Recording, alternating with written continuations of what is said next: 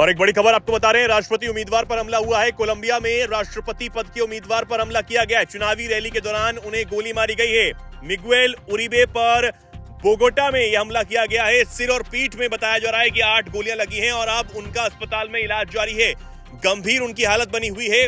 अस्पताल को भी हाई अलर्ट पर रखा गया है, जहां उनका इलाज इस वक्त जारी है। और इस बीच जानकारी यह भी सामने आ रही है कि उनके ऊपर हमला करने वाले 15 साल के आरोपी को भी पुलिस ने अब गिरफ्तार कर लिया है।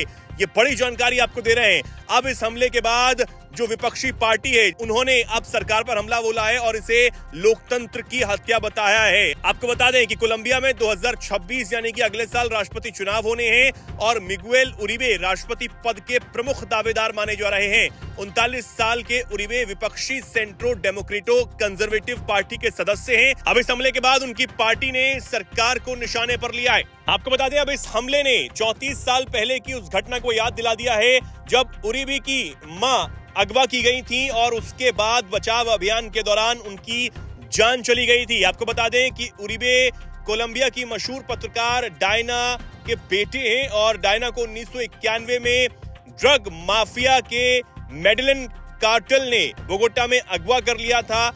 डायना उस दौर की बड़ी पत्रकार थी जो ड्रग तस्करी और संगठित अपराध के खिलाफ लगातार लिख रही थी और जिसके बाद उन्हें अगवा किया गया और बचाव अभियान में उनकी जान चली गई थी। आपको बता दें कि यह ठीक वैसा ही हमला माना जा रहा है जैसे पिछले साल अमेरिकी राष्ट्रपति चुनाव के दौरान डोनाल्ड ट्रंप पर जानलेवा हमला हुआ था।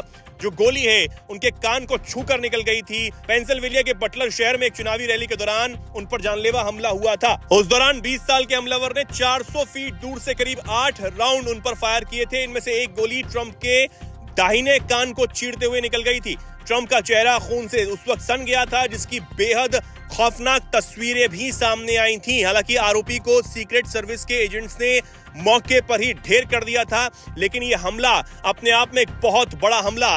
इससे पहले जुलाई 2022 में जापान के पूर्व प्रधानमंत्री शिंजो आबे की भी गोली मारकर हत्या कर दी गई थी।